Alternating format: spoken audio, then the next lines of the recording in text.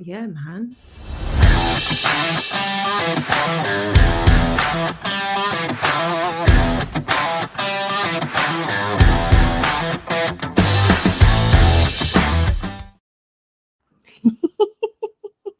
That was really cool, Blondie. It always makes me chuckle when I see that. Well, you're right. It was beautiful. It was a really pretty introduction. Well, exactly. So hello, everybody. Welcome to our episode 7 of our official Facebook Storytime Lives. We have special guest Jenn Bullard this evening. Woohoo! So now we're actually live. We've all just been having a bit of a chat beforehand, and there's been some amazing conversations about growing and shrinking holes. And how hard it is. And how hard it can be, to fit into the right hole. But also, as well as being an amazing author, which we will talk about soon, Jenn makes jewelry, which I'm hoping that someone somewhere is going to put like a link to or something, because we need to see that shit. Not shit. I don't mean it's shit. It's sparkly shit. It's pretty. Pretty sparkly shit. So, Blondie, before we start into this whole thing, I'd like to share what I never know how to do this. Like, how do I share this? Where do I share it without us getting our profile yacked again? Well, oh, the live. Hang on. Yeah. Oh, into Facebook. Oh. Stream this to your audience. I think it is. Right. I think share it. The link. Copy the link from YouTube and paste. I've just pasted it on the profile. So if you want to paste it in the group. In the group? Okay, I'll do it right now. So, yep. All right. Carry on. You may carry on. Excuse me. Sorry. Oh my God. Here we go. I think Jen's seen me at a few signings before, so she's aware that that's something I do. Are you though, Jenn? Are you? I mean, maybe not. Maybe not. Have you ever heard Blondie when she burps? I don't think I have. I think this was my introduction to it. Oh, well, welcome. Welcome to my world. Burping aside, I want to talk about your other business, not the fancy jewelry sparkly shit or the wonderful authory shit. I want to talk about the one that you briefly mentioned before we came live. Please go. The sex toys? Absolutely, the sex toys. Tell us all about it. What do you sell? So I have been selling sex toys for almost 12 years. I started so that I could be able to stay home with my little ones. And then it kind of became a thing. So now I'm Jenn the Sex Lady. And I'm in a lot of people's phones as such across the US as Jenn the Sex Lady. So now that's what I answer to. So I get paid to tie people up and sell toys to them. Okay. So is it like, I don't know if they do it in America. I'm sure, do they? Is it like an Ann Summers thing, or is it your business, or do you work with something like that? It's called Pure Romance. So it's like one of those in-home companies. So I used to do a lot of parties, and I would go into people's homes and do a presentation with toys and such. And then it became a thing where I would tie somebody up, because the worst thing in the world is to be having sex and end up with some kind of cramp, because then you're like, ow, get off me, instead of, oh, yay, this is great. Ow, get off me. So I would sell a lot of those like straps to keep your legs open so that you wouldn't have to hold your legs up. Oh, nice. I actually used to do Ann Summers very briefly. So I did some parties as well with all the sex toys and things. And we used to have this thing called Pussy Rub, which was like minty, and I would make people go and try it. Mine's a reasonable one here. Jesus. Oh, Brunette, I've done lots of stuff. I mean, I danced on tables in a club called Pussy Galore as a job once before. That sounds like a fun job, though. I mean, it was. Blondie, while we're here, just very quickly, could you send me somewhere the graphic that you made, please? Mm-hmm. Let me. All right, so we've got jewelry making, we've got sex toys, and we've got sexy stories. Yes. So I see a theme here. Or is your jewelry in any way also sex themed? It's not. Although that would be fun. And the dream is shattered. I don't know if the world could handle that. Probably Oh, not. I think our world could. Oh, Yes. I've got sex jewelry. You've seen it, Brunette. I showed you. Yes, you have. And it also, when you pull it, it gets hard and Does it big. get hard? It Yep. does. It's a necklace, and it's a gold necklace with like rhinestones on it. That's so much fun, though. And it's Yeah, all it floppy. wasn't what we were expecting. It's all floppy, and then when you pull this metal thing at the back of it, yeah, it goes. Yeah, it really does. I've had hours of fun with that. I would have a lot of fun. I've had hours of fun with that. I did originally get them to, like, for me and Brunette to wear at a signing. I thought, oh, these will be cool. They looked really nice and delicate and pretty and fun. And they turned up and they're fucking huge. So, which is what she said. yeah. I did say that.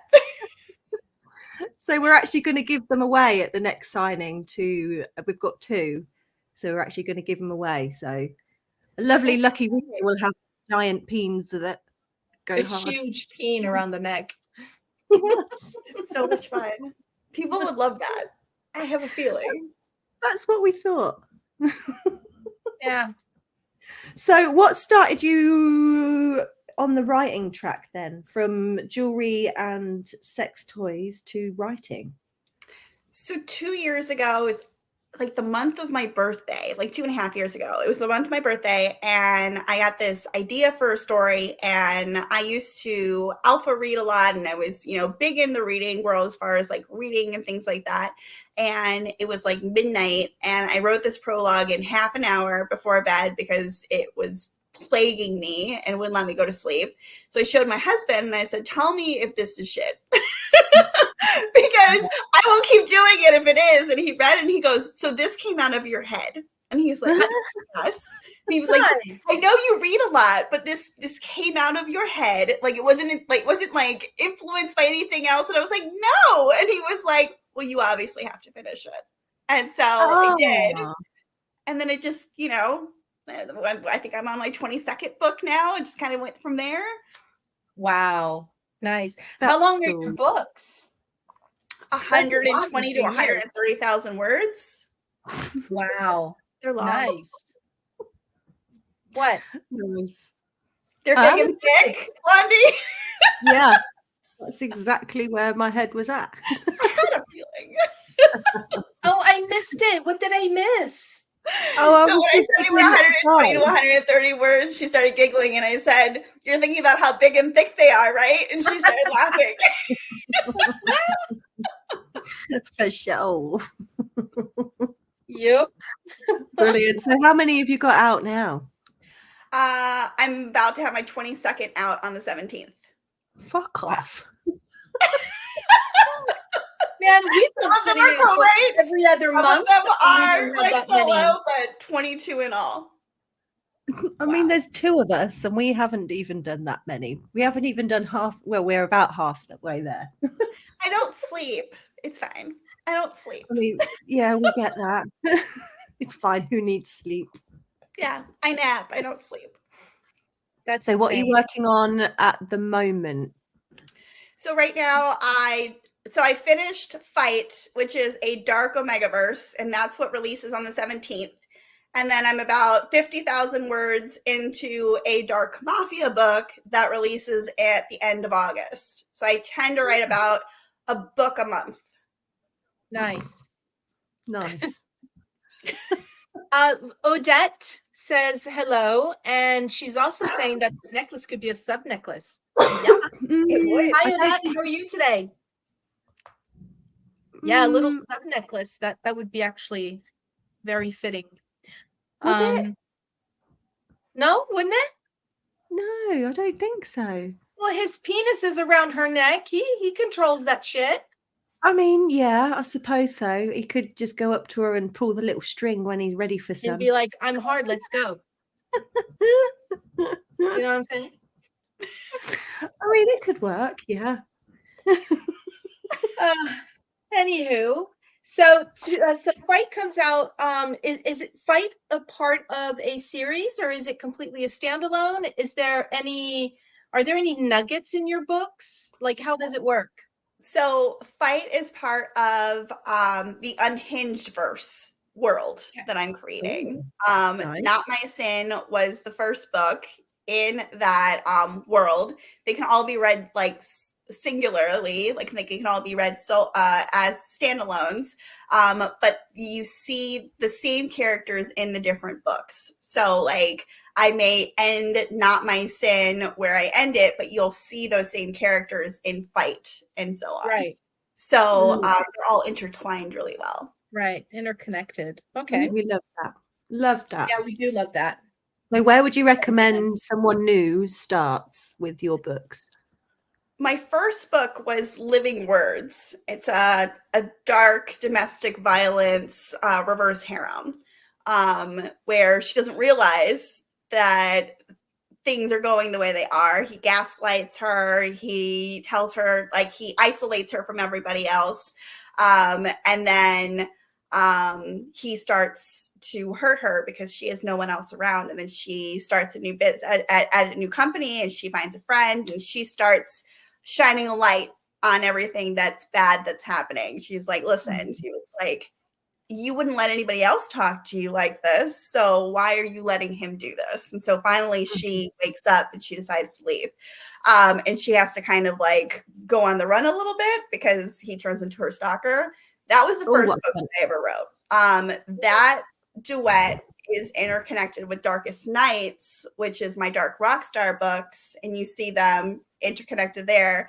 And then Showbiz is interconnected there as well. And then Lydon's Code, which is the Dark Mafia book that I'm writing right now, is interconnected there too. So while they can all be read alone, you see them interconnected. Yeah, fun. That's awesome. That's what we love to do as well. Yeah, for sure. Yeah. So what was I can't remember. After the name's gone, I need to write it down. What's the name of the first one? First book is Living Words. Living Words. And that's a duet. And then there's Darkest Nights, which is the Dark Rockstar books. That's probably one of the darkest series that I've ever had, that I've ever written. Like I had to go to a really deep, dark place for that one. And then Showbiz is later. And that's a standalone in that world.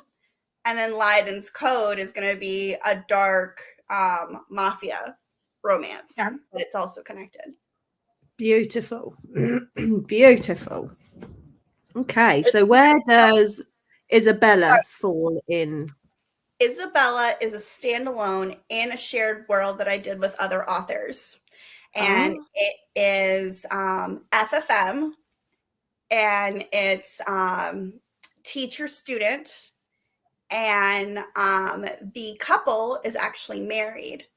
And the student, Isabela, decides that she is going to go to a club and get basically like it's like a key party where everybody puts their keys in, like in the 70s, 80s, and they chose out a number, and that's the couple they would go with and spend the night with. Yeah.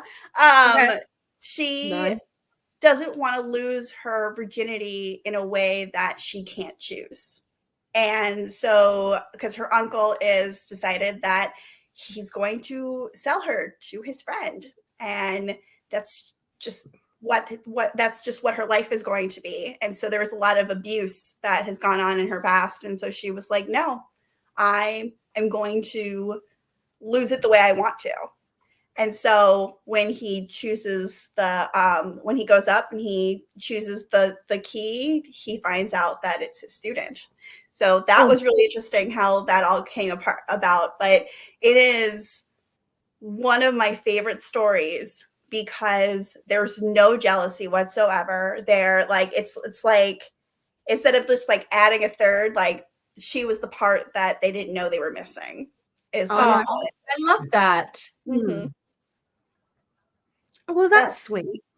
Well, we're Yes. Yeah, going to because read. that's usually in these books, what you usually have is the intrigue part, or the part that, the culmination of it all is the fact that there's one of them is inevitably jealous and you have to work that out. So I love that this kind of has a more positive twist on it. No, absolutely.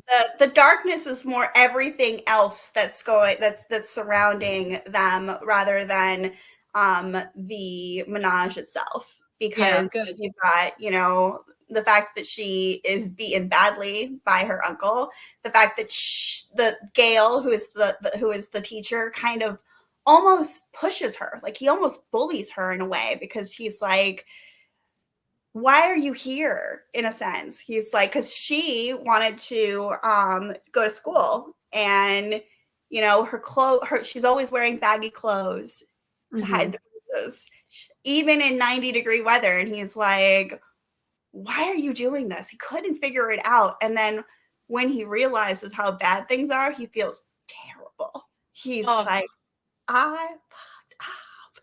And so so he spends time trying to make it up to her and also help her with her problems as well, because she is in danger. He is going to kill her. Like, her uncle is going to kill her at some point. I hate him already. Oh, yeah. Fuck that guy. Yeah, like, and he ends up getting, murdered in wonderful ways. And nice. I do torture very well. Yay, good. Don't give us spoilers, because I actually want to read it. Oh, you should, yes. But he does get his, and Gail is like best book boyfriend material. Like, if you could make him, you would, kind of thing. Like, all my readers were like, if I could create him, like, I definitely would, because while he pushes and there's pull, like, he also has this big heart as well, like, his girls are his girls. So We tend to I kill really off like those that. characters. The good guys. Yes, he is. He's a little stabby, but in a good way. We like a stabby man. Yeah, we do. So Sarah's here, Hi, and Sarah. she's telling us that the story is hot as fuck. Yes, she loved Isabella. Hi, Sarah. Good girl. Good girl. I think So that's you one of say the it all books nice and during sexy. alpha reading for me, and then she was like, "I'm staying." Okay, thanks. Like, you're Nice. keeping me now. You're never losing me. So, I'm like, okay. oh, good. Well, she seems lovely. She is. So where are you from, Jen? I'm from Florida. Oh, nice. That's where I am right now. It's very warm right now. Well, it's actually not that warm. I feel like I'm here every summer, and every other summer it's actually been too hot to actually want to live. But I mean, yesterday I went out and it was almost a little bit on the fringe of cool. We've had a lot of rain, and I think that is helping the rain, because there have been days where it's as it's it hot to usually live. is. Yeah. I mean, I told the kids, I'm so sorry you can't go out and play. It's so hot that the heat index is like, they're like, it feels like you're going to go out and die. Like, yeah. And also you might die just walking into the humidity. That big wall, as soon as you walk out the door, that just slaps you in the face, and it's like, go back inside. They said it felt like 106 degrees. Oh my God. No, I haven't been out today. So can you tell? The kids are like, we will go outside and play. And my kids are young, on the younger side. They're all under 11. And so they live to be outside. And they're like, we will go outside at 6, or we need to be in a pool. But we cannot go outside otherwise. Even my 4-year-old is like, it's understandable. Oh yeah. It's dangerous. So yeah. And they're all like super fair, etc. And I was like slathering on the, sunscreen. And I was like, they come back bright red. And I was like, okay, let's go lay in, like, let's go shower. Really cold shower. Let's go take a shower. It's so hot. I feel like this summer has been worse than other summers. Funny enough, like you said that, because I was just like, there's something different about the summer. It is hot. Like, I don't even want to go outside. Yeah. Well, at least you're getting a summer. What part of Florida are you in? Because Florida has all these different types of temperatures. I'm in Central, so like Tampa area. Okay, so I'm a little bit more. I'm in the Cape Canaveral area. So we're just getting rain. Like we've had days of rain, like all day.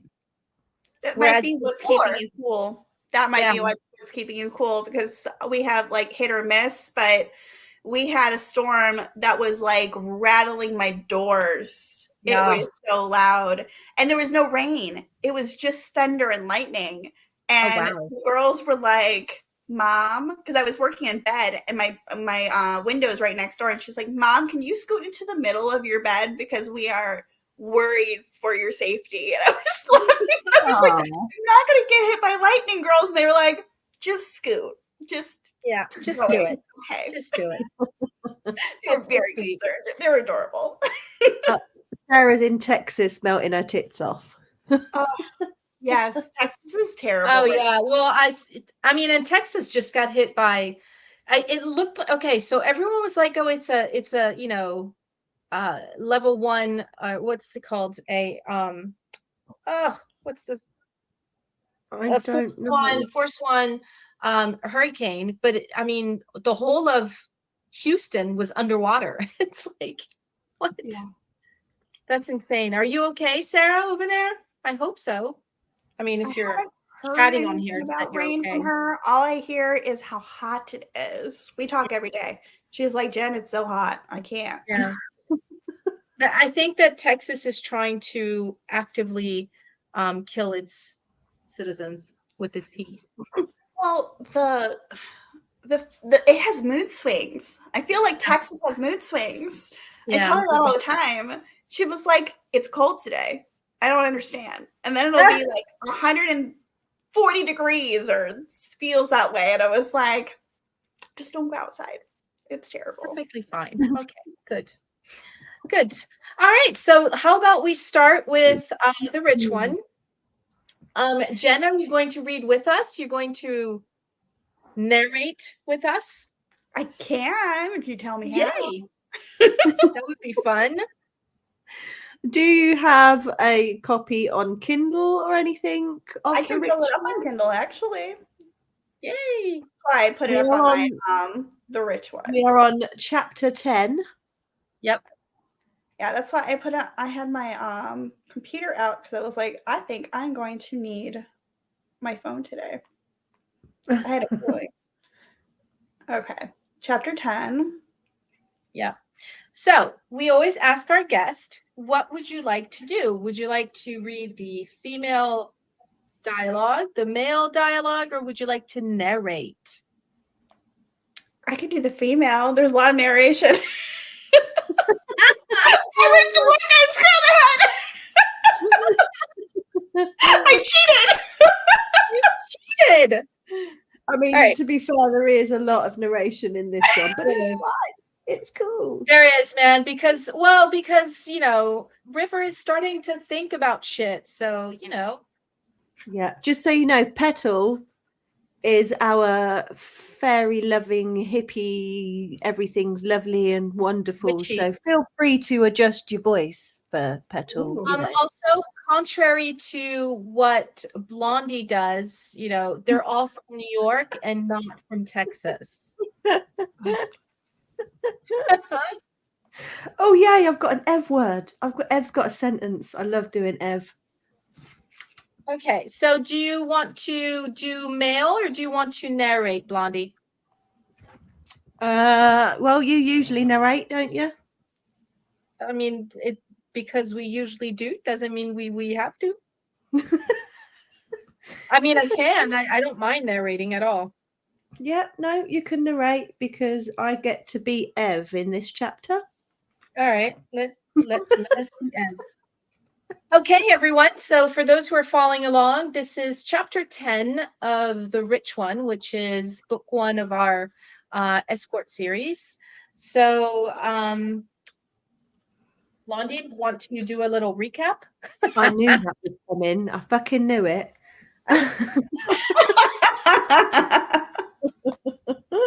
So, just to be fair, Sarah is actually reading the series right now.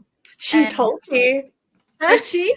Mhm. And so she is, I'm not going to say anything because we're on live and so we can't say, but we don't do spoilers, and she's on the broken one. So this is she's a little bit before all this, right? which means that she's already had the olive oil. Oh yeah, the olive oil was the end of book 3, wasn't it? Yep. Yes. So I was very excited about that. Okay. So as far as a recap goes, River is an escort. She has a younger brother called Everest and sister-in-law called Petal, who live in Staten Island. She works in Manhattan, New York. She's got clients, one in particular, Tyler, who is very rich and has hired her to basically be his girlfriend whenever he needs it. She's also got her best friend, Kai, who's an old fuck buddy. She's always loved him. They've known each other since childhood. Since they were kids, yeah. And Tyler, the client, is starting to get a little bit too needy. He not as in needy, but as in a bit too close. It's that he's blurring the lines a little bit at this point between client and so hot. Oh man, he is hot. Tyler Walker. Tyler fucking Walker. Yeah, Tyler fucking Walker.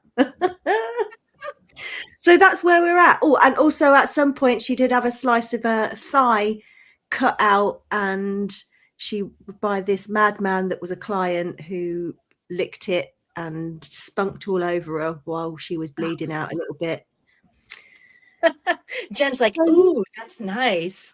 I know. I'm like, ooh, did you see my face? Oh, we like to do torture well as well. Isn't it so much fun? I know. We've investigated some weird torture devices for our from the Middle Ages. Does Google yell at you too? Google's always yelling at me and asking me if I need. No. Yeah. What? Yes. Keeps asking me if I'm trying to unalive myself in fun ways, and it tries to send me to a helpline. And I was like, no, really, I'm an author. It's fine. Oh my God. I have never had. Okay, so we need to step up our game here, Blondie. I feel like I think so. I mean, the medieval torture device we used in the Reapers clearly wasn't. Apparently, I mean, and all the willy chopping and slicing and his own shit. I mean, wouldn't that, Okay. Anyway, whatever, Jen. I'm just saying. I always want to hear if the other people, are getting judged by Google because just you. Just you. Right. It's only me. It's only you.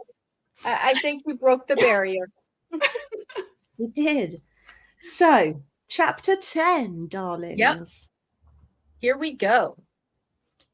When I was little, my life was every child's dream. All right, I need to start that over again. That was shit. Okay, let's go. We're ready. When I was little, my life was every child's dream. We lived on a plot of land not too far from Allison Park that my dad inherited from my grandfather. There was nothing there except tall trees and a bumpy clearing, the water too far to be heard sloshing against the coast.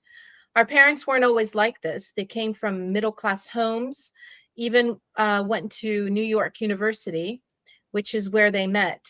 But sometime during the 90s, they started following the music festivals, the Grateful Dead, Phish, the Allman Brothers, and the like, and created some crazy as shit bonds with those they met there. My mother was smart, but also crafty, making clothes and jewelry to sell at the shows, providing them with enough gas and food money to make it to the next one. It was in 97. It was in 97 when I was about a year old that they inherited my grandfather's land after he died. As the only living kin, my dad got everything. Oh shit. Sorry, we've Sorry. fucked up. We fucked Oh, up. what'd you do? We've done a prequel that we completely paid zero attention to, and it's about how they met, River's parents. Oh, it did not go the way this went? No, it did not.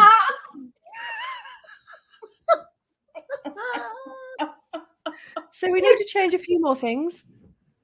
Did you hate when that happens? I had literally been going back and forth between books because they all intersect and it can get really dicey. I mean, we've got Bibles coming out of our ears with all the information in, however. Oh, shit. All right. It's okay. We're going back to the Christmas. It's fine. It's cool, man. It's cool. It's cool. It's all good. All right. We're good. Mm-hmm. So, anyway, my dad got everything. Fuck my life. Instead of creating a home life like the rest of America, my parents lived to the beat of their own beliefs. They brought back their friends, and on the land, they placed 9 mobile homes in a big circle where we all ate and lived together like one big happy fucking family. The only reason I didn't lose my fucking mind was because Kai was there. We were all homeschooled by my mom, who double majored in literature and education. She'd often say that had she lived the life her capitalist parents had wished for her, she would have been a teacher. I never met any of my grandparents. Anytime I asked my mom about them, she'd tell me they weren't understanding people and didn't deserve to bathe in my light. But I'd heard her tell my dad they were assholes who ruled their homes with a painful fist.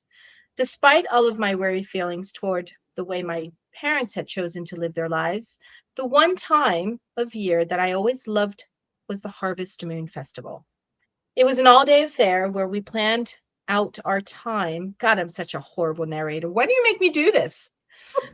Decorated, cooked, laughed, and enjoyed just being, living, thanking the universe for everything good in our lives. Even as a cranky teen, I could see the beauty of that night. Between the 6 families, there were 9 kids of all ages. Everest was my responsibility when we played, but Kai made it a point to help me. Freya, who was a few months younger than me, was my best friend, but Kai was my forever friend. Or so I thought. The Uber drops me off at my brother's place, which is just a few miles away from where we grew up. The old hippie farm, as the neighbors had dubbed our commune, is now holding 4 cookie-cutter homes where our childhood tree houses only exist in our memories. The only thing we all agreed on when we went our separate ways was the Harvest Moon Festival. Now that Everest and Petal have a home with decent amount of land by Staten Island standards, if only he knew how many blowjobs their house cost, we promised to keep this one tradition alive. So here I am at the butt crack of dawn, 7 a.m. on a Friday, to help my sister-in-law set up the decorations and make the apple pies, all organic, of course. River. Petal's voice is soft. No. He's yelling though. She's still soft. Petal's yell is like, yes, exactly. That's Petal's yell. Petal's voice is soft and embracing, like her name, all velvety and warm, exactly like her hugs, which she's lavishing upon me right now. Am I doing that one too, or is that a male? No, that's River talking. Okay. Hey, Pet. I squeeze her to me and thank the gods she came into Everest's life, even though they are so young. She helps him focus, of such a free spirit, but Petal is the love of his life, and he takes his responsibility of making sure she's happy seriously. He still refuses to have a corporate job or even work for the capitalist devils, whoever they may be. It's frustrating sometimes when I think back to everything I've sacrificed for him to be happy, but then I remember the promise I made when our parents laid dead in the crashed car, blood running over the dashboard, eyes open and looking at each other with no hope of survival. Well, that went dark fast. I promised him he'd be happy again, happy and healthy, and maybe, just maybe, I'd feel less guilty. 9 years and endless clients later, I can say I've kept that promise. The problem is the sale of his produce isn't going to pay the house off. I am. He pays for the electric and all the utilities, but the house, it's on me. And that's okay. It's my burden to carry. So I've sorted the apples. All the ingredients are here for the pies, and there's a table ready for the crafts. I'm so excited. This will be our first harvest moon in our new home. Can you believe it? Okay, so what would you rather do? Cook or craft? Smile is infectious. So I do what we're supposed to do this time of year. I give her a genuine grin and choose the crafts table. Cooking is too stressful. I'll cut and paste instead. Thank the goddess. I'm much better at cooking. Petal was raised as the perfect little homemaker. She's good at everything she puts her mind to. Where's Ev? I ask, but I'm guessing he's out getting wood for the fire pit. I look over the materials on the table, familiar warmth burning in my chest at the sight of the old book pages lying in a pile on a stack of leaves in another, and a stack of leaves on in the other, in another. Oh my God, that phrase. Our tradition is to find a copy of a book that best describes our year, whether positive or negative, and rip out the pages. Ouch, right? Is anyone else like? I remember when we were talking about writing this bit, we were talking about how much it hurt. Yeah, I was like, why? Okay. And rip out the pages. On them, we glue a leaf, then attach all the pages together with hemp cord, making our own garlands. Then we drape them on the trees around the fire pit. The idea is to tell the universe that either our last year was difficult and we are working on making some positive changes, or our year was amazing and we're taking stock on how to keep our good fortune. I chose The Seven Husbands of Evelyn Hugo. As difficult as her life is in the story, there's just something good about her existence that I hang on to. My life isn't shit. It's not ideal, I know, but it's my own. He's at the farmer's market. He wanted to get the rest of the apples sold before tonight. Petal's voice always has a dreamy sound to it when she talks about my brother. It's cute and naive in all the best of ways. Right. Makes sense. We get down to business, her breaking a sweat with each crust she makes from fucking scratch, and me cutting, gluing, and linking pages together with the hemp.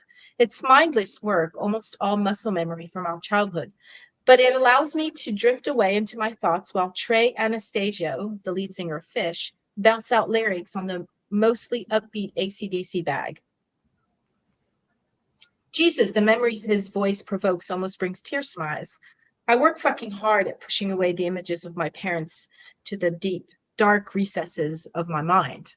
I can't. I cannot function if I'm constantly allowing their smiling faces and midnight dances around the fire to cloud my consciousness. The truth is, for all her free love mentality, my mother was a hardcore believer in fidelity to her husband, but also to herself.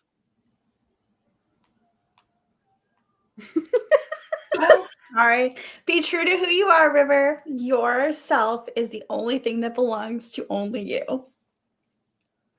Oh, how disappointed she would be if she knew who myself turned out to be. I wipe a stray tear from my cheek using my sleeve before it has time to fall into the paper and sniff away my memories.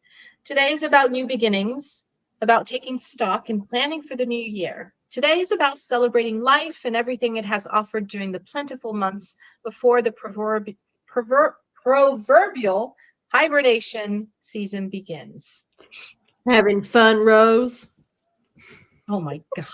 That was like small.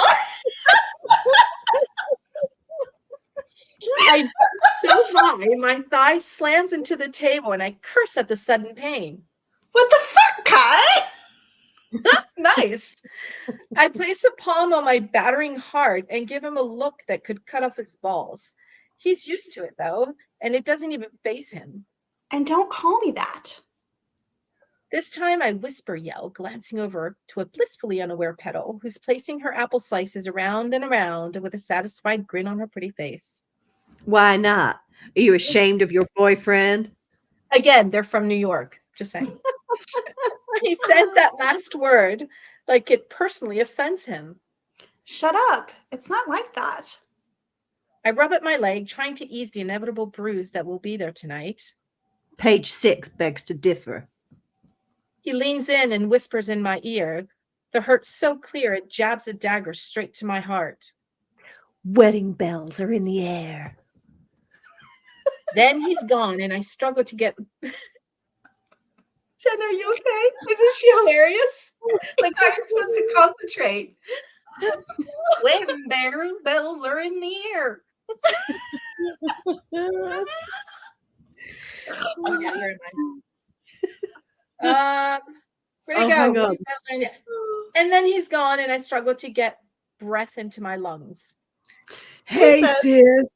Shit, that looks freaking fantastic.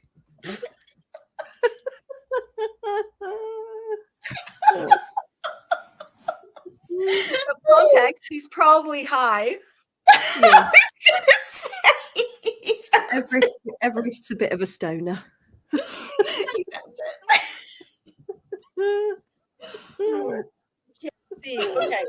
Come on. I look over at Everest as he lazily makes his way to me, a quick kiss on my cheek that tells me he's been generous with the reefer already. Damn. You smell like weed. I mutter, playfully pushing him away. I'll dab in the occasional joint, but I stopped smoking daily the day after my parents died. Unfortunately, it was around that time that Everest really started. I mean, my parents smoked on the regular, even grew their own organic plants. So how hypocritical would it have been for me to try to stop him? I mean, I he wish was the fucking world had young. He was fucking young. Like, wasn't he like Oh, yeah. 14? Yeah, well, you know. Yep. I mean, let's pretend- Imagine your baby. Yeah, fuck off. Fuck off. Anywho, I wish they'd to seen. see the day the first legal cannabis store had opened their doors.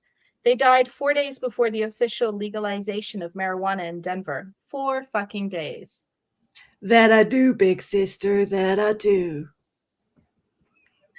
When his eyes land on his wife, his grin grows even wider and his steps get a little quicker as he makes his way to her and wraps his big arms around her tiny frame.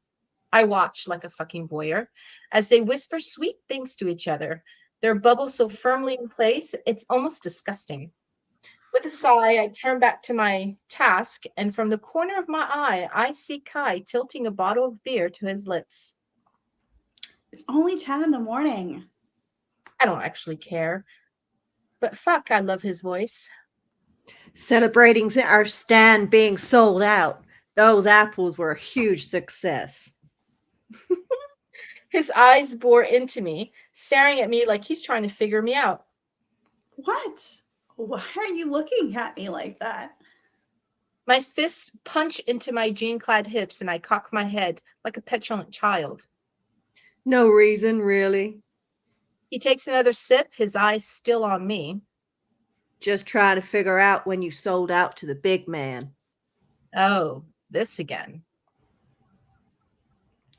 Hey, Ev. Wait, no. I didn't sell out, Kai. Fuck. Let it go, okay? I'm allowed to date whoever the fuck I want. The lie feels like acid on my tongue.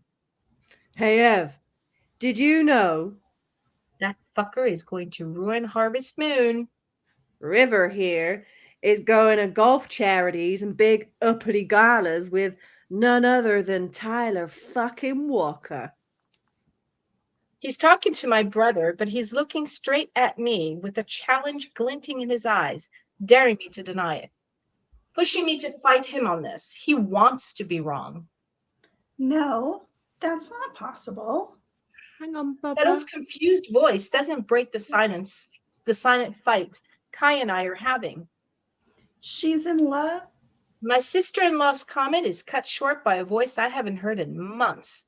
Thank fuck for that, because if she had said what I think she would have said, I was walking out of here. This woman is a snot-nosed twat. Yes, Now go. just a little. Good to know. It's like, hey everyone, sorry I'm late, but I had to drop by work to get my boss lady to sign a few things. Am I interrupting anything? I look over to the new addition to our party and my blood runs cold. Well, No. maybe I will be leaving after all. No, No. not at all. Oh no, that's me. That's male. No, Sorry. not at all. We were just discussing. We were just Discussing. discussing River's new beau. I don't miss the shudder in his gaze. The usually open windows to his soul suddenly close off as he comes closer to me, places his empty beer bottle in the recycling bin next to me, then walks off with Freya Murphy, Kai's ex-girlfriend, my ex-best friend, our old commune family member. Squaring my shoulders and raising my chin, I vow not to let her presence ruin my harvest moon. Do-do-do! Excuse me. Woo! It was perfectly mastered. And there we Usually. go. That was a very short chapter, I think. It was. Yay. All right. So But there we go. what So, did you think, Jen? It was really good. I was like, okay, I need to add it to my TBR. It's been at my TBR for ages. I was like, I need to read the series. you do. I mean, Okay, it's an so- investment because you got 6 books there. So But No, that's which is short. fine. I'm always, ask Sarah, I'm always in a book rut. Always in a book rut because my own writing throws me into that. And I'm like, Yeah. I can't pick up anything. And I get so Yeah. sad because I want to read and I can't. Yeah, no, I feel the same. I've been reading the same book for months. And it's not because I don't want to. I'm really enjoying the book, but I just don't have the time. It's a time thing, isn't it? I mean, sleep evades us all so much anyway. Yeah. Jeez. I try and listen to audiobooks, but I keep going to sleep while I'm listening to them, which is great.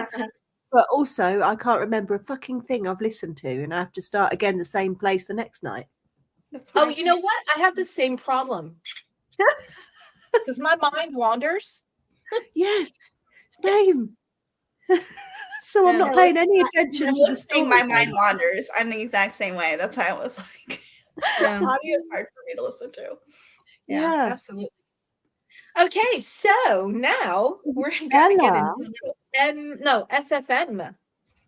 Oh, are we starting with chapter 1?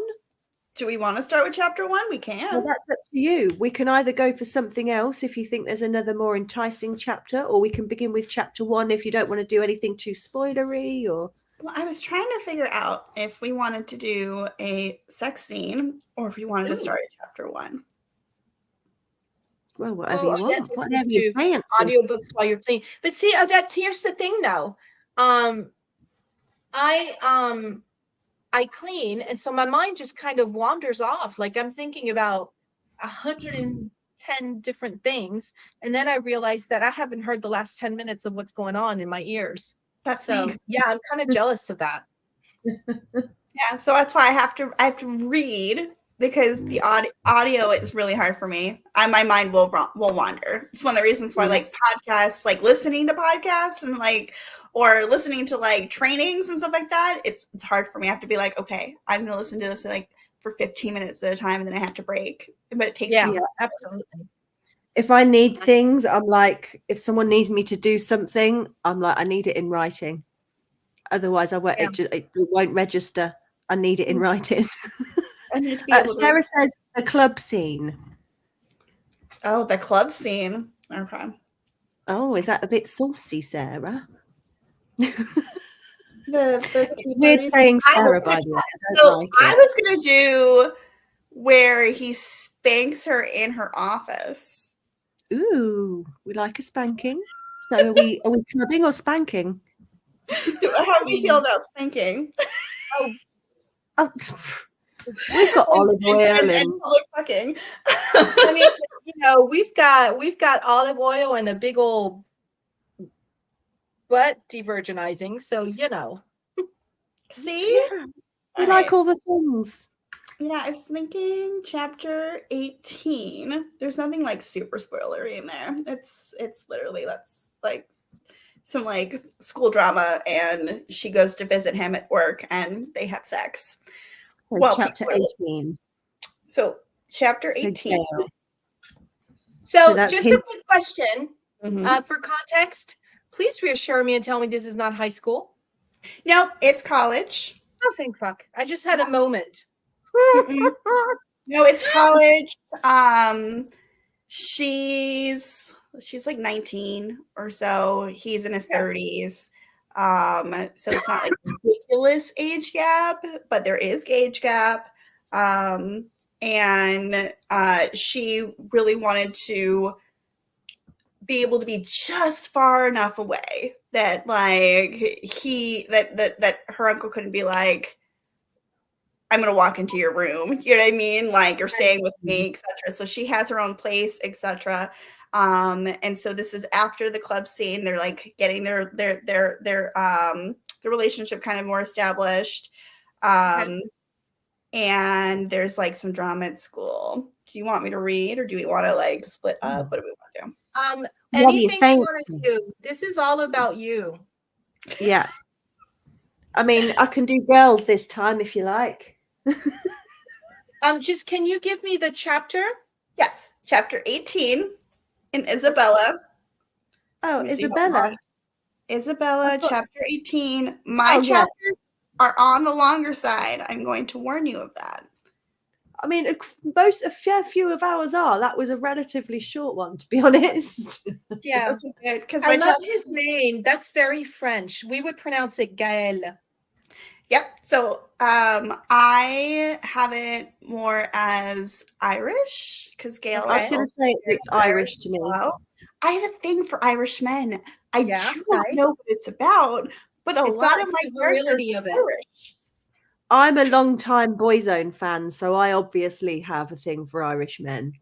How do you pronounce it in Irish? I'm not at all. That's what's really funny. I just love the accent. I went to Ireland for my honeymoon. I want to go back at some point. It's just the accent is everything. I fully agree. Yeah. I actually met Boyzone. I paid a stupid amount of money to meet them at a meet and greet at their last concert, one of their last concerts they ever did, because I love them that much. Was it everything you wanted it to be? It was everything. I touched Shane Lynch's bum. I talked to them. I showed off my tattoos, and I think I accidentally flashed Shane my bra. I was trying to show him my rib tattoo, and I lifted my top a bit too high. So accidentally quote marks. I'm just saying. Here, Shane, look at this. Oops. You can guess he was my favorite. He's the tattooed one. But anyway, so yeah, I don't have a type or anything. No, not at all.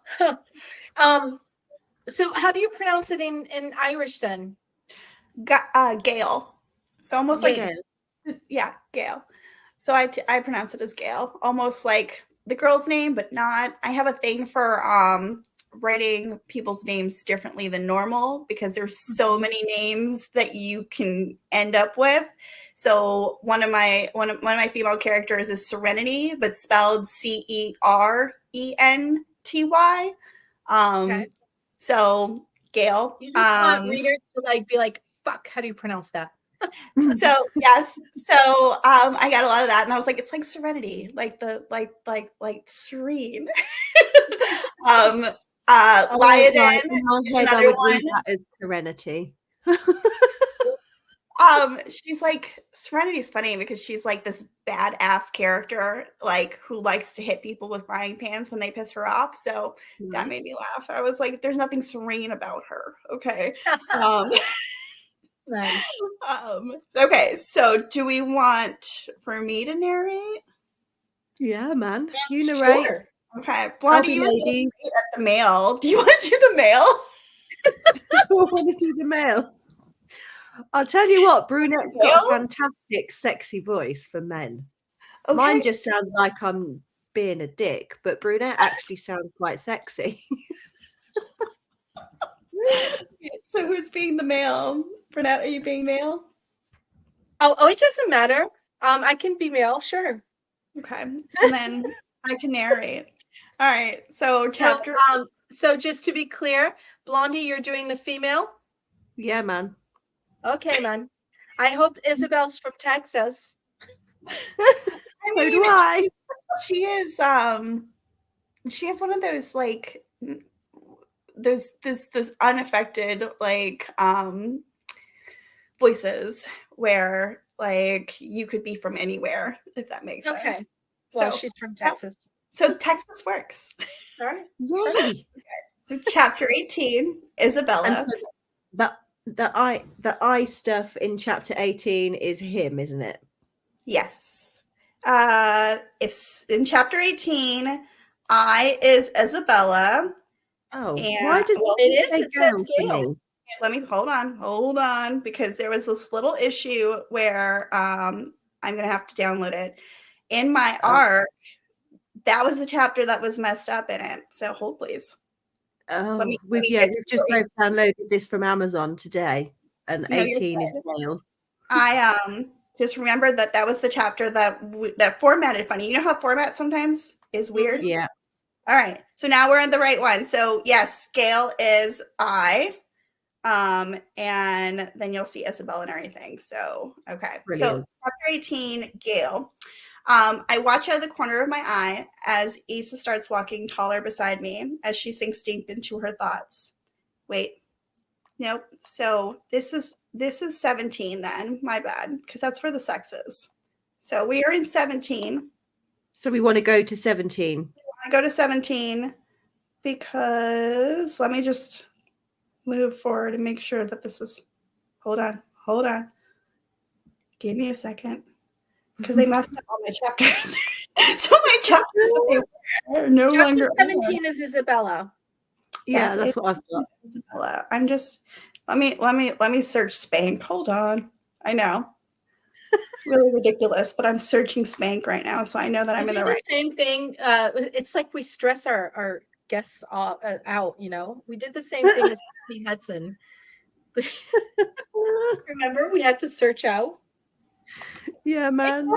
Sometimes my bad. No, I was like so excited. I was like, I got this, and no, I do not got this. we put you on the spot. I think we're like, right now, choose. Let's do it. Do the thing we say. So this looks like something about joining the society. Okay. I found it. Okay, so it is chapter 19. Oh, okay. 19. Yeah, that's how the formatting did all weird. So we are in chapter 19. So that starts with Today Sucks. Yes. So yep, and then we're sassy. So yes, it starts with Today Sucks. So chapter 19, Isabela's point of view. Today sucked. I was riding high last night, but the cold reality of a new day is showing me how much more work there is to be done.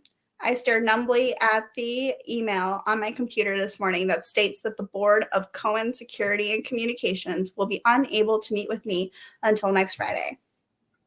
What the hell am I? Oh, no, wait, I'm doing the math. Sorry. Sorry, yeah. What the hell am I going to do until then? I mutter. Words, Isa. Or wait, how do you pronounce it, Isa? Lisa, like Isabela, Isa. Mm-hmm. So Isa without the Lisa without the L. Yes, exactly. Yeah. So I'm okay. Let me do it again. Words, Isa. Please use them. See how she's sexy? Yes, she is. Gail says, amused as he drinks his coffee. He's home for another 2 days before he begins teaching again, and he's going to begin cleaning up his own organization. The board won't meet with me until next week. I sigh. I'm wearing a pair of sleep shorts and a tank top as I sit at the island glaring at the screen. I was so excited to finally put all this to bed, and now I have to wait. I'm sorry. I'm sorry, but you look so cute when you pout like this. Aria says with a giggle.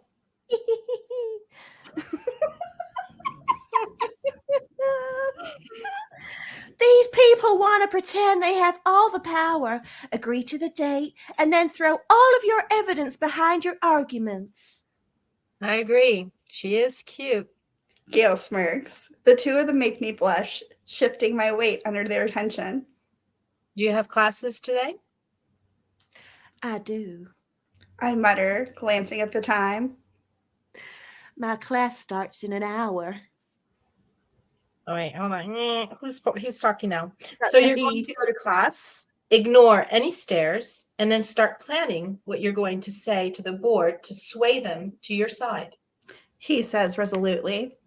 You may need to use the recording if they're going to be difficult. I know. It just makes me feel icky. I admit. It's almost as if I'm using a hyper-emotional video to pull a sympathy response. I haven't seen it. Aria says carefully. However, if Gail thinks it'll help, then I think it's worth looking at. He wouldn't have you show it if it wasn't going to be helpful. Nodding, I type out a polite response to Mr. Gardner and the board member who emailed me. Mr. Gardner, thank you for the opportunity to talk with the board. I look forward to next week. Sincerely, Isabela Cohen. I'm hoping that reminding him that my name is on the company has some pull, though with the bullshit Elijah pulled, that may not mean much right now. What a mess. Go get ready, Isa. Gail says. Brooding isn't going to change that man's mind. Yeah, I guess you're right. I murmur. Slipping off the stool, I heave a sigh as I walk to the room that I have to shower and dress. As the water runs over me, once I'm in the bathroom, I make a list of things I need to do today. Have my car checked for any type of tracking devices, because this is what a 19-year-old has to do. Yeah, that's on my to-do list all the time. I mean, all this is so intriguing. You're right. Make my presentation for the board meeting with evidentiary information as to why my uncle should be removed. Decide if I'm keeping my apartment or not. Rinsing out my hair as the blood turns cold. As the water turns cold. Different chapter. Oops. I decide to keep my apartment for at least another month. It may seem silly, but I've been surviving on contingency plans for too long to give it up now. Reaching out, I turn off the water and grab my towel to begin drying off. After brushing my teeth, when I step out of the shower and wash my face, I wrap the towel around my body and exit into my room. Aria is sitting on the bed playing with her phone, making me smile as I move to the closet to decide on what I want to wear. So I could practically hear you thinking in the shower. Aria says, glancing up from where I'm sitting. Anything you want to talk about? Deciding to pick up on a pair of thin ripped jeans and a snarky t-shirt, I pull on panties and a bra before leaving the closet to get dressed. Not really. I say. I'm mostly planning out what's next. Do I keep my apartment? Is it safe to keep my car? I also am going to work in between classes on my presentation to the board. It's just a mile-long list. Nodding sympathetically as she lays back, Aria watches as I step into my pants. So So I may have done a little shopping when I was left to my own devices. She confesses. Just normal staples. I know you don't have any with you. Aria's being kind because I most likely don't have it at all. Okay. You know you didn't have to do that, right? I do, and I did it because I wanted to. I may have a small problem when it comes to spoiling people. It's just Gail who gets the spoils of my effort. Trust me, he'll be fine sharing. Sorry. You just mesmerized by my accent. It's just so much. I was. I did. She says with a grin. On that note, my gifts don't come with a need for any reciprocal action. The packages are coming in today, so I figured I'd warn you before they do. This was really sweet of you. I tell her with a smile. There may be a killer suit in there, too. All right. Arya winks at me as I pull on my shirt to finish getting ready. You want to exude some badass power, babe. Thank you. I say, eyes wide. Shit, I didn't even think about that. I can't exactly walk in there in ripped jeans and a t-shirt that says, "This is my fuck off face." Arya snickers as if thinking about it. Can you imagine? I could only imagine. And while it would be epic, it may be better to dress for the occasion. She says. What are your plans today? I ask when I hear Gail bellow from the living room asking if I'm ready yet. I may have spent too much time. Are you ready? Yes, pretty much. Oops. Pulling my hair up into a ponytail, I grab my black and white Converse sneakers and put them on. Coming. Oh, yeah. I call out, making Arya smirk. Well? I didn't forget what I asked earlier. Blushing, Arya realizes I haven't as well. I'm probably going to write, work on some admin stuff, and if none of that pans out, I'll find something to do. She says with a shrug. Why does that sound so scary? I ask. Isabela, we're going to be late. Get your ass out here before I spank it in it. Fuck it. Gail roars. My eyes widen as Arya giggles. I don't think that should sound as exciting as it does. I mutter out of the corner of my mouth as I grab my backpack and run out. Arya's laughter follows me down the hall as I rush to the foyer. Gail is tapping his foot. Fucking finally. He huffs, opening the door. After you, princess. And get that lead out. Rising to my toes, since he's a little bit taller than I am, I kiss his cheek before slipping past him. Yes, Daddy. I sass him. God save me from the brats in my life. He grunts. Don't think I'm counting, little one. I shiver at his words. Rewind. Don't think I'm not counting, little one. My body is slowly getting used to the fact that I'm safe, and I'm surprised surprisingly didn't have a nightmare last night. Biting my lip, I turn to face him. That one didn't suck. I tell him with a wink. So he's been testing out nicknames on her at this point, and she nice. So that's what it is. So okay, it's a name testing thing. We like. You may want to keep that one in your back pocket. I'm pretty sure you just soaked my panties. Gail leans against the door that he just locked with a groan. That's very dangerous information for me to have, little one. Fuck, I'm going to be rock hard in all of my classes now. He mutters. Do you know how hard it is to properly interrogate people when your pants show off your huge cock? I didn't wear the right clothes for this. I don't think anything could really contain your big dick energy. I tease him. Gail takes off running, making me squeal, and heads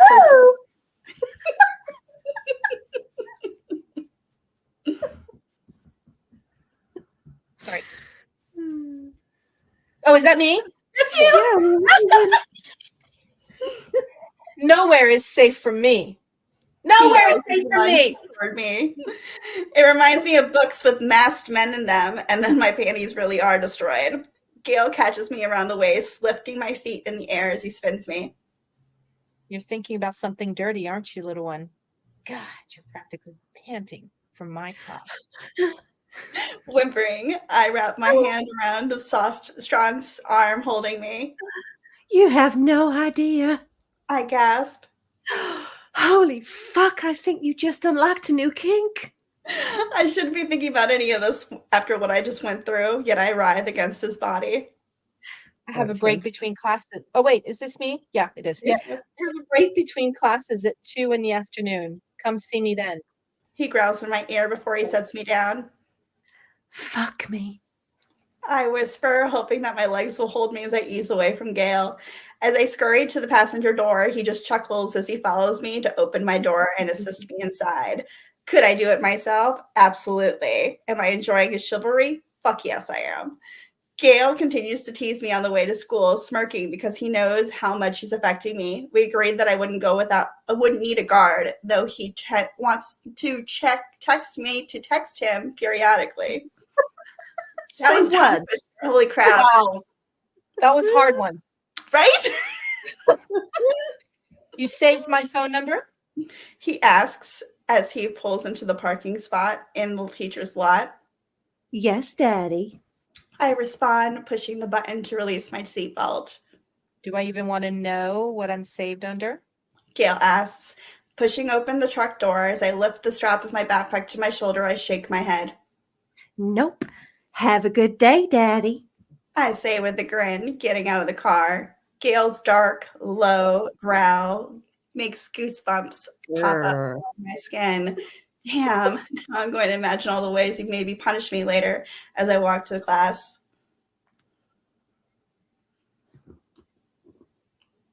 Isn't that somebody? No, smiling broadly as I walk smiling across. broadly? Smiling broadly as I walk across the campus. I let my mind wander. I'm still careful about my surroundings because I'm notorious for bumping into people. Thankfully, none of that happens. And while I get some funny looks and gasps, I kind of expect it. I didn't bother with makeup today because I didn't have time. There's less shame surrounding what happened to me now that Charles is dead.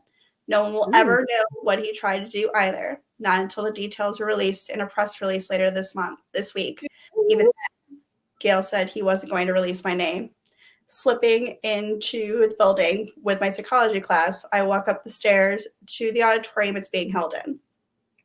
Did you get beaten with an ugly stick? A girl chatting with her friends in the stairs asks, eyes wide as she sees me. I can see what Aria means when she says the students here are assholes. My lips twitch as I ignore her, moving past her as if I have a secret. I have many, but I found that it pisses people off more when you ignore them. I also have more important things to do than engage her. Hey, I'm talking to you. She yells after me as I leave her behind. Rolling my eyes, I walk to my class and smile apologetically to my teacher just before he locks the door. I'm sorry I'm late. I tell him. Dr. Viejo stares at me for a moment, blinking, his eyes running over my banged-up face. No worries. He stammers. I'm glad you're here. I mean, should you be here? I shrug because who the hell knows what the right thing to do is anymore. I have some CBD lotion in my backpack in case I feel pain, but for now, I feel fine. I'm trying to have as normal day as possible. I confess. We're so close to the end of the year. I just want to finish strong. I can respect that. He murmurs. All right, let's get class started. Giving him a bright smile, I walk into class and find a seat. Pulling out my laptop to take notes, I set up my space the way I like it as the professor begins class. Everything else fades away for the next hour and a half as I listen to the professor speak. Not even the glances at my face can bother me. I'm here for a damn education and refuse to let a few stares bother me. Okay, now here's the sex. After break and Gale. So now I is Gale. Yes, now I is Gale. I finally have a break in my schedule, and I sigh, leaning back in my chair. I don't know if Isa will take me up on my offer, but it's on the table. Hey, Isabela says, ducking into my office. My lips pull back into a smile as I watch her come in and dump her backpack onto the ground. oh, today's been crazy. How's your day going? About the same. I admit. Go close the door and lock it for me, would you? Smirking. We're right into it. Smirking. She walks over to do as I say, but not before I notice the way her hips roll as she does. Isa's still too damn thin, though it doesn't change how sassy she is. The lock snicks over as she turns it, and Isa glances over her shoulder. Chuckling, I jerk my head so she'll get her little ass Is it moving. me? No, it's me. I'm chuckling. Oh, Come no, here. I thought everyone just suddenly froze. Sorry. Oh, Ooh. no, sorry. Come here. I say, mirth clear in my voice. I'm fairly certain you've earned a spanking and maybe a reward, depending on how this goes. I'm trying not to call her my good girl until I can successfully take it back and help her reclaim it for herself. Issa's feet start to slow as her mouth pops open. I swallow back a groan at the thought of her lips wrapped around my cock. Fuck me. Really? She asks. You were serious? Mm-hmm. I murmur. I watch as she comes closer. I push out my chair a bit, unbuckling my belt and pulling it out of the loops. Her gasp is Ding, ding, audible, ding, ding. and I shake my head as I fashion them into cups for her hands. No, little one. These are for your wrists. I want to feel you wiggling on my lap, but unable to move as I punish your pretty little ass. Color? There's curiosity in her eyes as she thinks. I know she's been spiraling a bit without a task to ground her. I want to help her, but I need her to trust me enough to do it. Green. She whispers, moving to my side. My hand is heavy on her back as I push her down, so she's laying face down on my lap. Gently, I take her wrist through the loops before pulling it taut with my teeth. Securing it, I let go of the leather in my mouth and ghost my hand down her back to massage her ass. That's it, little one. I praise her. Fuck. I'm dying to plug your pretty little ass. Unbuttoning her jeans, I pull down the zipper and tug down her pants with her panties. Issa hisses at as the cooler air hits her skin. Ironically, I turned the air down an hour ago. Her thighs attempt to rub together, making me shake my head. None of that, little one. I murmur, raising my hand and spanking her ass hard. Issa exclaims, starting to pant. Fuck yes. So damn responsive. Shh. It wasn't scary, was it? I ask her, rubbing the red, angry handprint on her ass. No. She admits. Count every single spank for me, little one. If you skip a number or fuck it up, I'll have to get creative to get your attention. I tell her with a smirk. I have a new, smaller butt plug that I think she'd wear well for the rest of the day. The first one didn't count. Ready? Yes, Daddy. She breathes, making me bite my fist. God damn, she's so fucking beautiful. It's a good thing my department has learned to ignore any sounds coming from my office, since it is the middle of the day. Without a word, I raise my hand and bring it down hard on the fleshy part of her ass. Issa cries out as she raises onto her toes, whimpering. Waiting, I listen to her gasp in a breath. One. That's it, little one. I say before moving my thighs so she's sitting on my legs spread. I spank her 3 more times until the tears start to fall, and then check in with her as I push my finger into her warm, wet cunt. Wait, I was clapping, so now I don't know where I am. Give me your color, Issa. It says it's the next page. It says on my Kindle. Oh, wait, hold on. Give me your color, Isa. Green. She moans. Oh. Issa has counted every swat so well, and my eyes roll as I push a second finger inside of her channel. God damn, she's dripping. Perfect. I growl, struggling to control myself as I pull out my fingers. I want to suck on the arousal smeared all over them, but instead grunt. Ugh. Open your mouth. Feeding Issa my fingers, I feel my cock strain against my pants as she greedily sucks and licks them.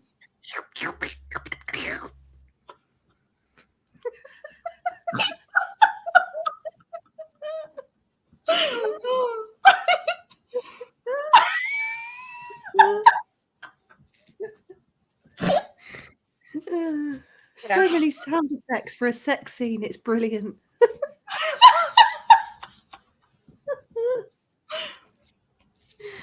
Okay. So, are we tasting, brunette? Oh, is that me? Oh, is it my turn? Yes, it's your turn, baby. Damn it. Okay, hold Call on. me a brat. Call me a brat.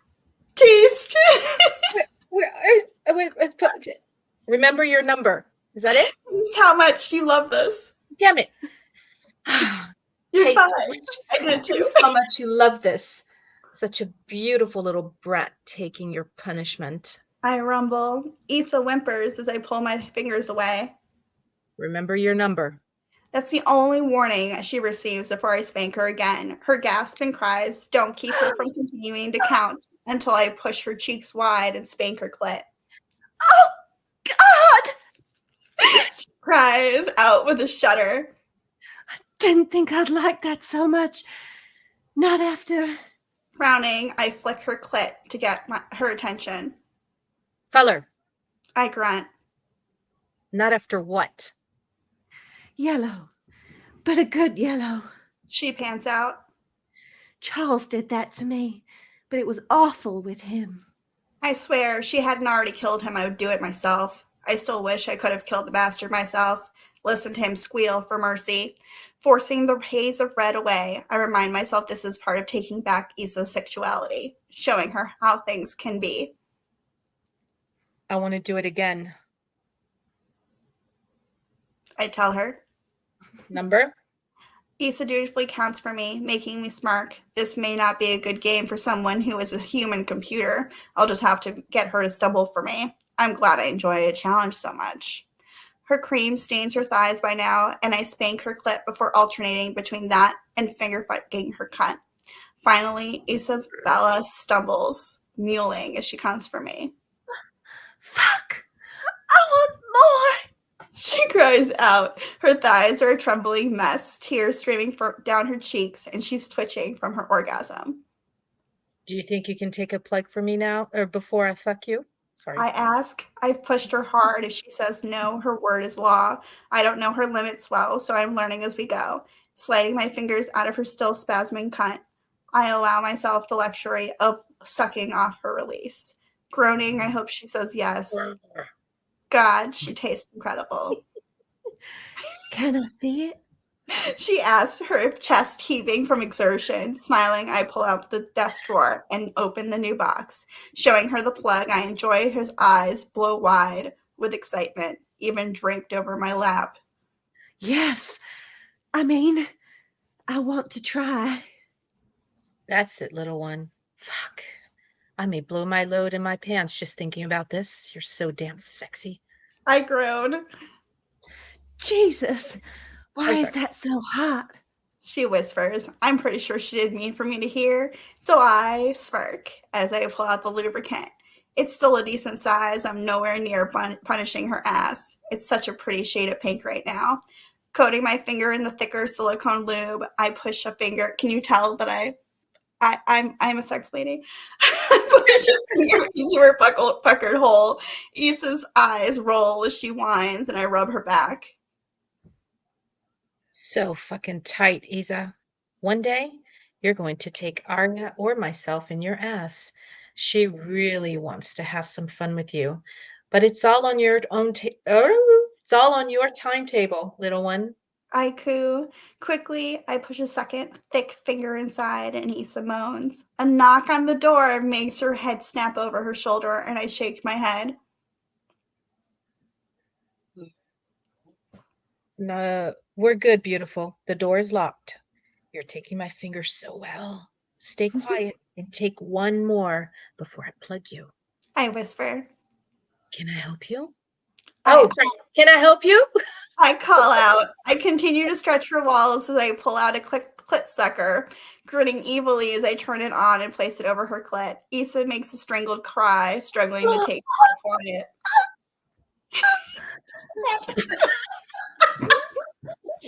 Dr. Murphy, do you have a moment for me?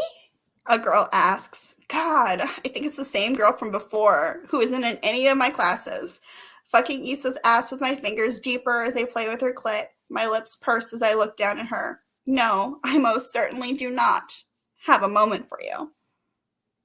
I'm sorry, I'm on my lunch break currently and am in the middle of something. I say honestly. Issa squeals as I turn up the intensity of the girl toy. Removing my fingers, I pour a bit of lube over the plug to coat it before putting it at her tight asshole. Sir, is there someone with you? The girl asks, making me roll my eyes at her adeptness. Pushing the plug in, I mutter under my breath. Push out, Lisa. That's it. Fuck. Your ass is going to be full and perfect. Don't come yet. Can you do that? I'll try. Issa promises, panting as she gets used to the plug as it slowly slides inside of her. I'm having a lunch with my girl. I call out. It's none of your business, and any noises you may hear are at your own damn fault. You've been warned. I'm very hungry. He gives no shits. Pushing the plug deeper, I grunt as Isabela cries out for me. Now that I've dealt with the situation in the hallway, my entire focus is on punishing the beautiful woman spread across me like a buffet. I wasn't exaggerating. I really am starving. Daddy! She gasps. Fuck! That feels so good. I'm so close. Please. Not yet. I growl. Show me how well you can take my plug, beautiful. Your greedy little cunt is begging for my cock, isn't it? Tears spill faster as she nods. Her gaze is in the beautiful state between being aware of everything and subspace. Issa doesn't have to make a single decision. All she needs is to feel. Yes, yes. I want your cock to fuck me, Daddy. She cries out. I don't know if that girl is still out there or not, and frankly, I don't care. My lips twitch at the thought that she may be getting off on this. I want to give you my cock. I grunt.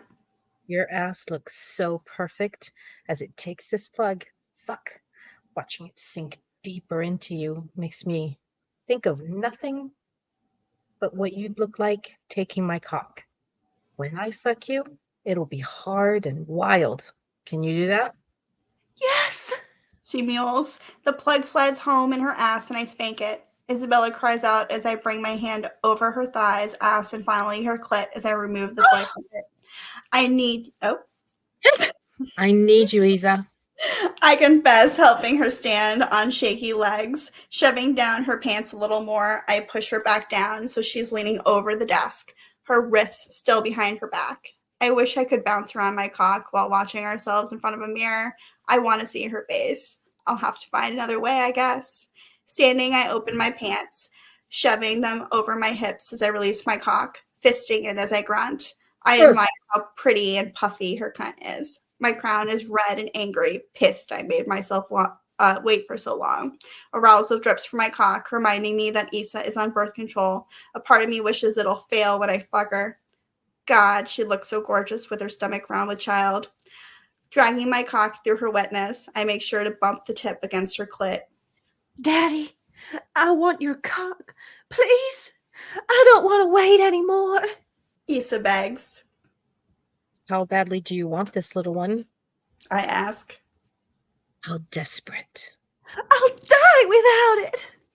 She cries out. Oh my God, it's like Gone with the Wind.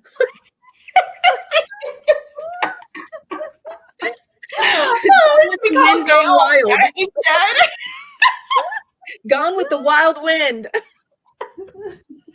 Smirking because my colleagues definitely heard that, I move my cock to her tight channel. My eyes roll in pleasure as I thrust my hips, her cunt squeezing my dick as I stretch her walls. I got you. I promise, rocking my hips to push deeper inside of her. Wrapping my fist in her ponytail, I pull her head back to give her a filthy kiss full of tongue and teeth. I press my hips harder against the lip of the desk as I fuck her. I'm grateful this piece of furniture is so heavy because it doesn't do so much as flinch. You're going to be my pretty little slut, aren't you, Isabela? I murmur in her ear as I thrust into her. Finally, I'm so deep, my balls hit her clit as I fuck her. The sound of skin slapping skin and pornographic noises fill the room, and I can't bring myself to care. All that exists is Isa. Can you imagine? He's in a work building on a floor with other offices, and he gives no shits. None. All that exists is Issa wrapped around my cock and driving away any images of terror. Yes, Daddy. Isabela promises. God, I feel so full. All that exists is you. Fuck. I'm close. Please, can I come?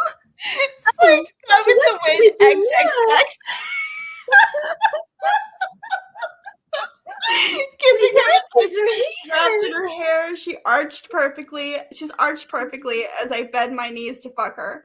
Moving my other hand around us, I rub her clit. The thought of seeing if she can handle my fingers as well as my cock inside of her pussy makes my balls start to draw up.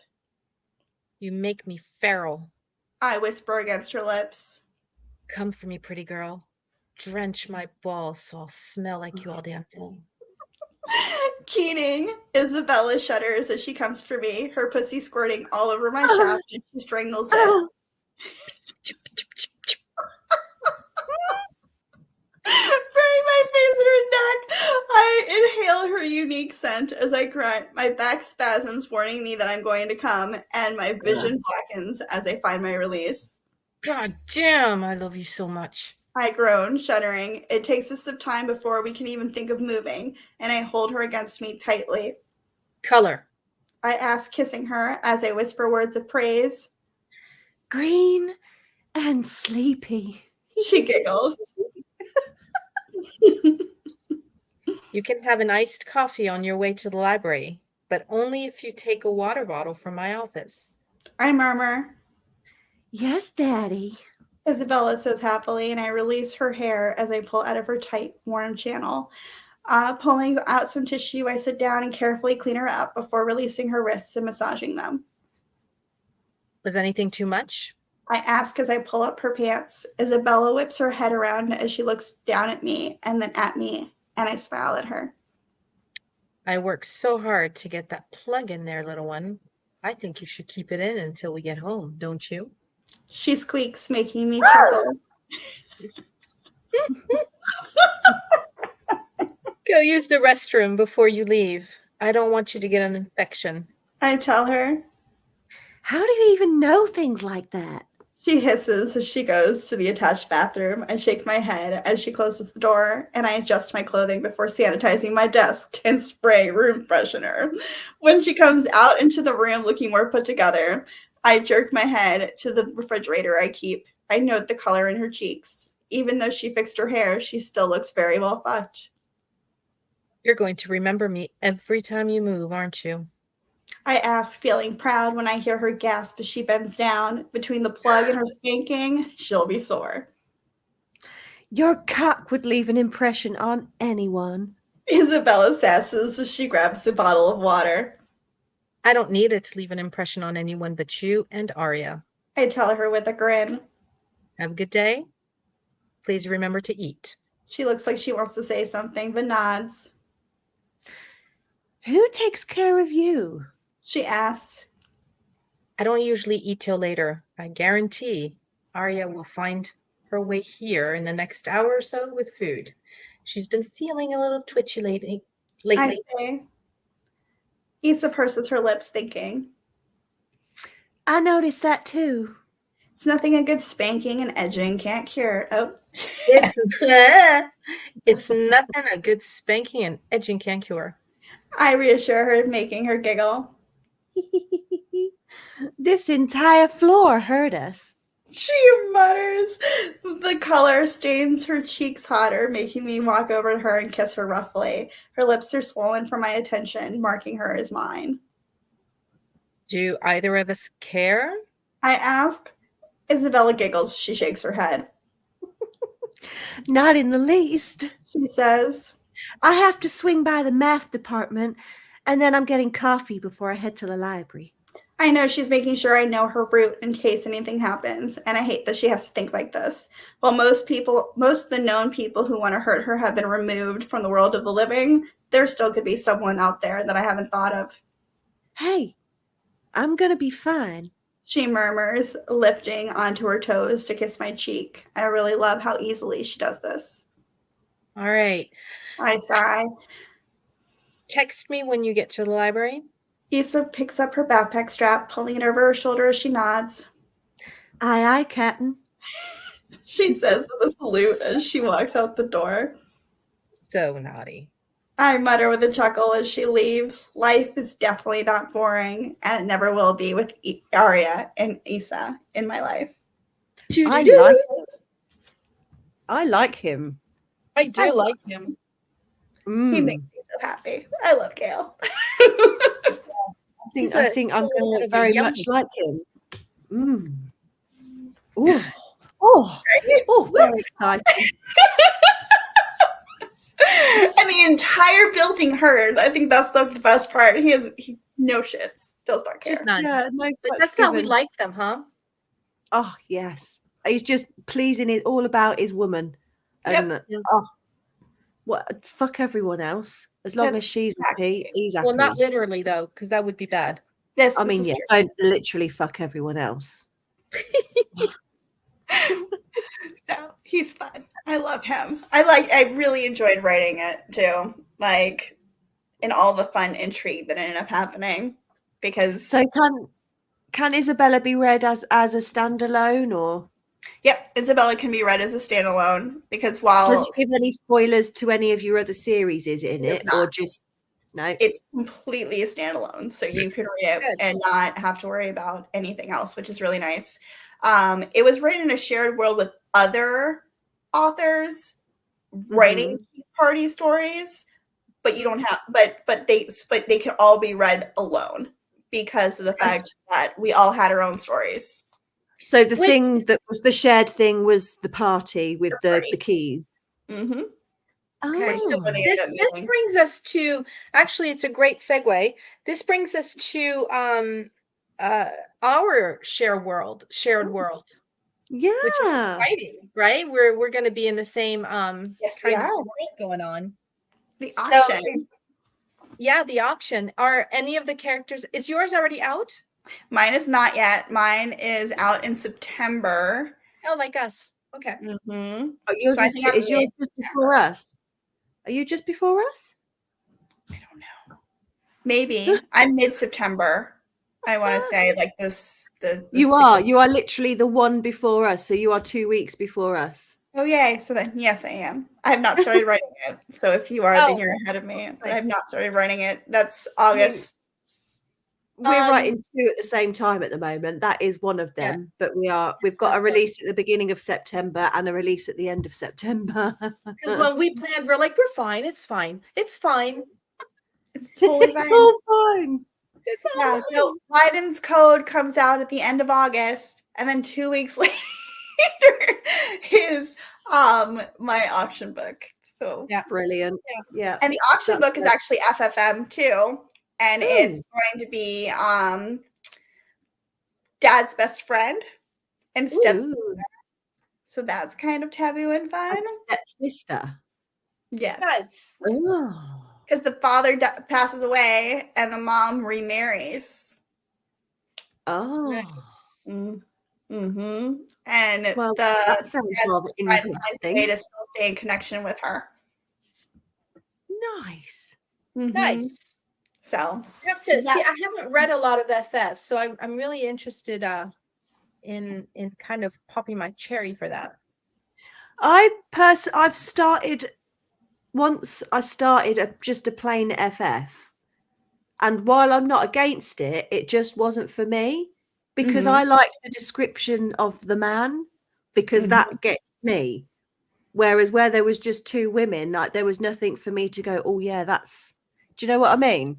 Yeah. So I think the FFM, because there's that FFM thing I can get on board with that because there's a man there for me to fawn over. Yeah. I will say that even when it's like in Isabela, even when it's just Arya and her, there's a strap-on involved or there's toys involved, and so there's still something for you to be able to like hold But on also to. the fact that I know there's a man in their relationship just kind of makes that them being together on their own sexier as well anyway. I don't know what it is. No, and that's true of a lot of people. That there's that, you know, they're like, okay, like they're being shared by a guy, right? So yeah, I like it. I like it. It's too. good.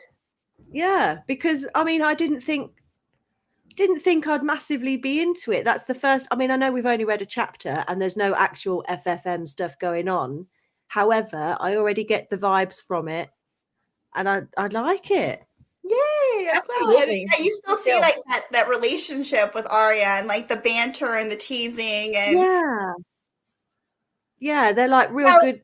Yeah, Blondie, that's a great chapter. When you're reading books that are set in the US, is that the voice inside your head? Yes. That tends to be like, no, I'm asking Blondie because she's got, you know, she's got Gone with the Wind going on. Is that how you hear them? I was like, it's like XXXX Gone with the Wind. Hey, I'll take it. Gone with the Wind we never got. I'd be a fucking brilliant narrator, I'm telling you. Everyone should have me narrate their shit. Well, Sarah really liked the narrating. She was like, they could totally narrate their own stuff. Wait, who said that? Sarah. Oh, where? I don't see it. Oh, to me in a text message. Oh. I mean, we couldn't. We laugh far too much No, and interrupt ourselves far too much. Also, I mean, to be fair, this is a serious like career. Like people who do this are serious actors. We're just taking the piss. I'm taking the British expression. Yes.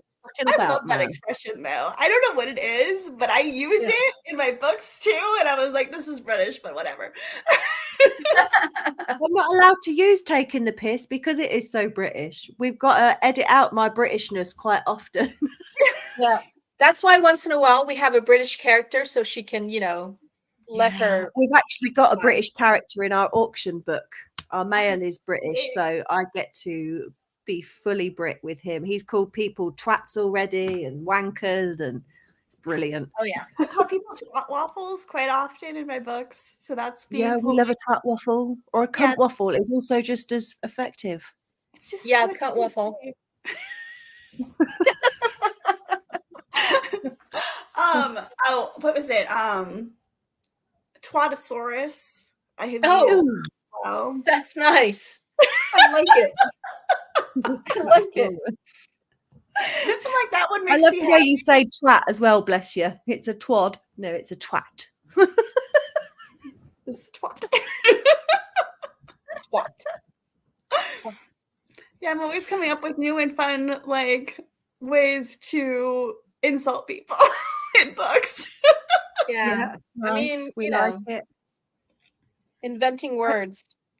It's necessary. I actually had to. I invented a word that actually was. I can't remember which one it was, but it was actually in the thesaurus for new words or whatever. And I had to put in my note that it was not a misprint. I actually meant it, and that it was in Urban Dictionary. And I actually had people message me and go, I was going to message you that it was an error, and then I read your author note.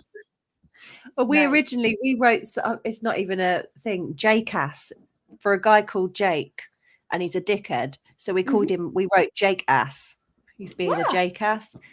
And to start with, it looked wrong to start with, but it obviously was not. And it's funny how people like pick up words and they're like, oh, that's wrong. And you're like, no, I meant it. I meant it that way. No, we meant it.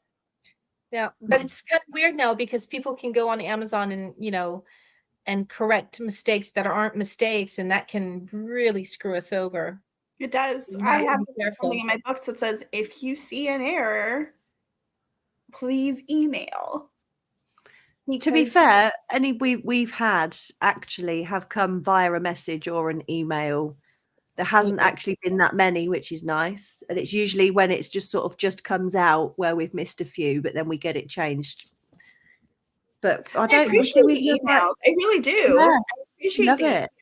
Emails and stuff. It's better than people like making, Amazon angry at us. Yeah, exactly. It's great. We welcome the emails, even the ones that say "I fucking hate you" and "I wish you both dead." We love them. You've had those? I mean, not like they're not serious. Thank goodness. Okay. No, I mean, but they do hate us for a hot minute. Yeah. Okay. There's a reason some of our tattoos on our things say the words they do, because they are words that people have said to us. Oh my gosh. I mean, I get yelled at, but they're nice yells. Like, yeah.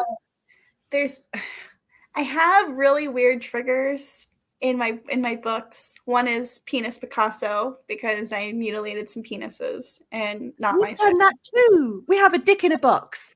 Oh man, we never got called penis Picasso. Okay. No. Yep, I called it penis Picasso, and that's what I called it in my trigger warning, and I got lots of yells out about that. But I once had somebody say in a review that she wanted to kidnap me and force me to write for her. And so she wanted to like chain me to my chair so that I would finish to misery you. Is she trying to relive an episode of Misery? It felt like very misery. Like I literally sent it to one of my friends, and I was like, I'm getting misery vibes. Yeah. Ask her if she's a nurse, because then that means you run. Right? I was like, on my first creepy review, I'm really proud. Yeah. I mean, those things are like things we wear like prides. It's yes. I've affected you mentally, and that's brilliant. It makes me. People always say they're going to send me their therapist bills to my door. It's fine. It gives us life. Those things, they really do, don't they? For the sort of books that we all write. Yeah, I mean, that's what keeps us going. It does, and it also keeps us moving along in the same vibe, because if you start messaging about the fact that we affected you mentally when we killed off this or that character, well, you better be sure that we're just going to continue. Yes, exactly. We're probably going to kill someone else. Yeah. Well, I offer a service to my readers. If you have an ex or you have somebody who you very much hate, if you send it to me, I'll kill them off in a book, because I run out of names. I'll send you the list. Brilliant. Yes. So I want people's lists, is my point, because it gives me a list to run off of. So when I have to unalive people. We should do that. What we actually do with names is we randomly use names for a lot of our side characters of a lot of our readers, our actual readers' names, and people that have commented on things or said something, or become friends with us, or just so we've got loads of just random readers' names throughout for all these different things. And when they read it, we get a little message like, "Oh my God," and we're like, "Yes, that is you." That is so much fun. Yeah. That makes it fun. I think it does, because you're like, oh my gosh, she's my name. Yeah. That is fun. Oh, Sarah's going to do a rant video, which will be about Amazon errors. Yes. Does she do rant videos then? Is it that thing that she does? Yeah, so I had this thing where I had a reader message me on Instagram about how she wanted to know when I was finishing a series that's a co-write, right? Mm-hmm. And I have 6 more books until the end of the year, solo-wise. I way overloaded the back half of my year. And like way. And I was like, I don't even want to respond to this person, because she had messaged me 6 times before that, right? And I don't have a connection with this person. It's just, hey, when is this book coming out? And so and that's the only connection that you're getting. There's no, oh yeah, that's a bit, yeah. It's not nice. And so I had sent it to Sarah, and so Sarah wrote a rant on what not to do to read to And then Nice. she was I like recording that. it and posting it in my group. She was like, I'm going to do an actual podcast. And so it's. Oh, wait. I have seen her rants. Is it Have the one you? where it says something about nobody asked for? Nope, that's somebody else. This Oh, one is my group, and it says Kraken Rants, and it's really fun. And I was like, it works because Because it works. Yep, it's in my group. Because I mean, it happens where. Okay, so it says the Kraken Podcast is what she called it, okay. and it's in my group. And she Nice. said, What's the group name again for anyone watching? Podcast Oh, I into a think real we one. should. Oh, wait. Is our new profile in there? I don't know. What is your group name, babe? It's called Jenn Bullard's Shadow Den. We were in it. I remember that. Let's have a look. Now, check and see.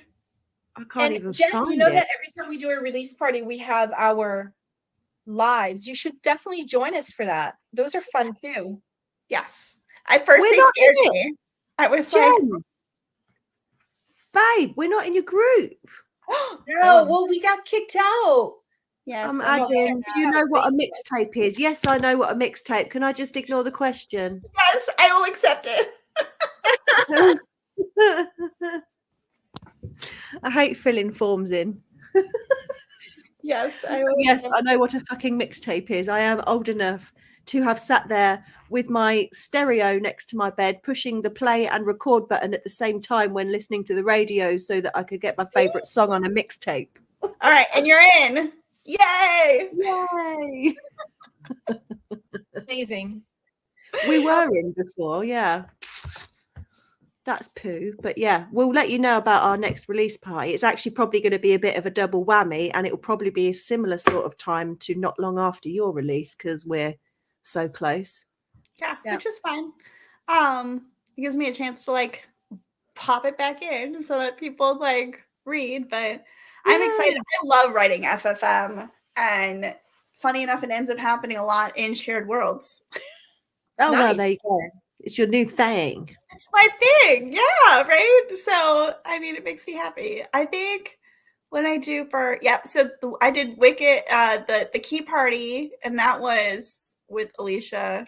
And it was her and Cassie's shared world, and that was FFM, and now the auction's FFM. But I've been craving a good dad's best friend reverse harem or why choose, and I haven't been able to find anything, and so I was like, I'm just gonna write it. Fuck it, Nice. yeah. Right? But that's what they tell us to do, right? Write what you want to read. Yep. Yeah. So basically, yeah. I mean, our auction lady is actually an assassin. Oh, that's fun.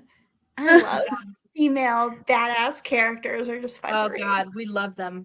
We love them. We do, very much so. All right, well, I'm gonna have to go. Yeah, same. But Jen, it was really, really awesome meeting you over chat thing here, over what's it called? Video. You're adorable. Thank you. You are, and I love the color of your hair. Oh, send us a link for your jewelry, please. Okay, absolutely. I'll send you a link to jewelry. Put a link. You can even. Are you back in our group? I should be. Yeah, make sure our new group, because we had to get a new group because we lost. Is it under no one? Yeah, it's the same. Badass. It's badass.